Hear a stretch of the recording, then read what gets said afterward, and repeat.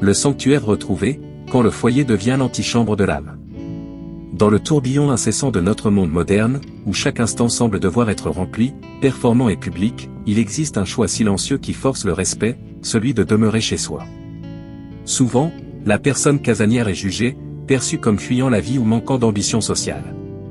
Pourtant, cette perception est une simplification grossière.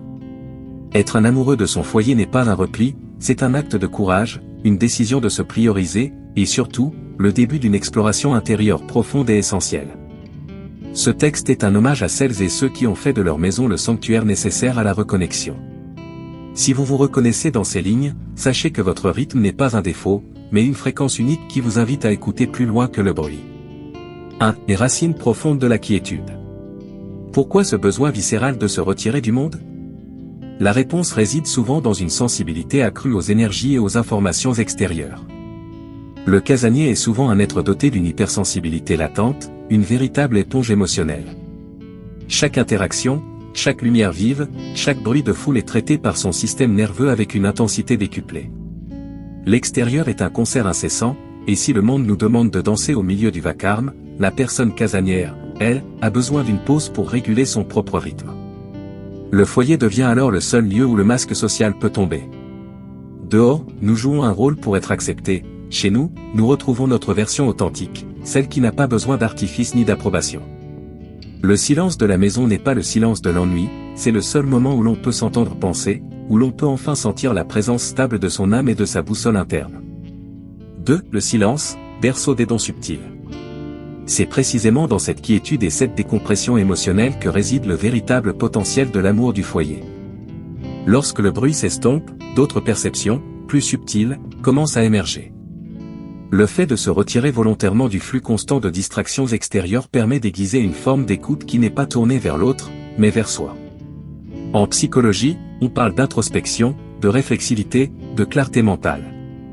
Mais pour ceux qui embrassent cette solitude avec intention, le silence devient l'antichambre d'une autre dimension, celle des dons subtils. Une personne dont le système nerveux est constamment en alerte n'a pas l'espace pour capter les messages invisibles, les intuitions fulgurantes ou les pressentiments profonds. Le tumulte extérieur couvre la voie de l'esprit. Le fait de créer un sanctuaire personnel et ordonné permet au mental de se calmer et, pour ainsi dire, de se mettre en veilleuse. C'est dans cette immobilité que l'on commence à percevoir les énergies, à ressentir les guidances intérieures ou à développer cette intuition puissante souvent associée à la médiumnité. Votre foyer n'est pas seulement un lieu de repos, c'est un laboratoire d'éveil où l'énergie du lieu, maîtrisée et aimée, permet à votre propre fréquence vibratoire de s'élever. 3. Les lumières et les ombres de l'enracinement. Accueillir ce rythme intérieur apporte des bénéfices extraordinaires, mais impose aussi une vigilance. La puissance de l'enracinement, les avantages. Le premier avantage est la qualité sur la quantité. La personne casanière gère son énergie comme une ressource précieuse. Elle investit son temps et son attention uniquement dans des relations qui nourrissent son être, celles où le lien est profond, sincère, et où le silence partagé n'est pas une gêne, mais une preuve de connexion. Le second est la créativité nourrie. Sans la pression de la performance extérieure, l'esprit est libre de rêver, de créer et de résoudre des problèmes.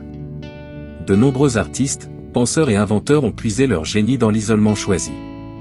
La maison est une retraite qui permet à l'imagination de s'épanouir sans contrainte.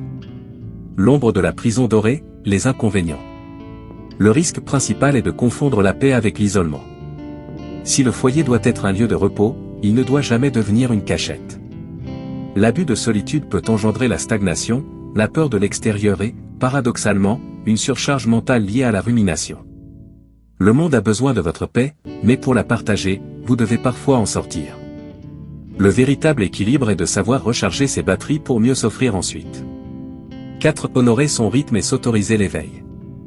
Pour les personnes extérieures, la meilleure façon d'interagir avec les casaniers est de respecter leurs besoins de retrait sans les juger. Laissez-leur l'espace pour respirer. Quand vous les invitez, proposez des cadres intimes, calmes et favorisant les échanges significatifs. Et pour vous, chers explorateurs du dedans, honorez cette nécessité de vous retirer. Votre sensibilité n'est pas une faiblesse, c'est un don qui vous permet de percevoir le monde avec une profondeur rare.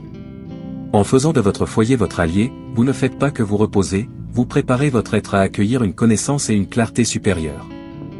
Le temps passé seul est le moment idéal pour écouter les murmures de votre âme, ces signaux subtils qui sont les fondations de l'intuition et des capacités psychiques. Si ce silence vous parle de choses qui dépassent la simple réflexion, c'est peut-être le signe que vous êtes prêt à explorer et à développer ces dons de médiumnité qui sommeillent en vous. Votre maison est votre temple. Le travail silencieux que vous y accomplissez est le plus important. Si vous ressentez l'appel d'aller plus loin et de transformer votre sensibilité en une véritable force intuitive et médiumnique, une formation complète est disponible. Retrouvez le lien vers cette ressource d'exploration intérieure dans la description de ce podcast.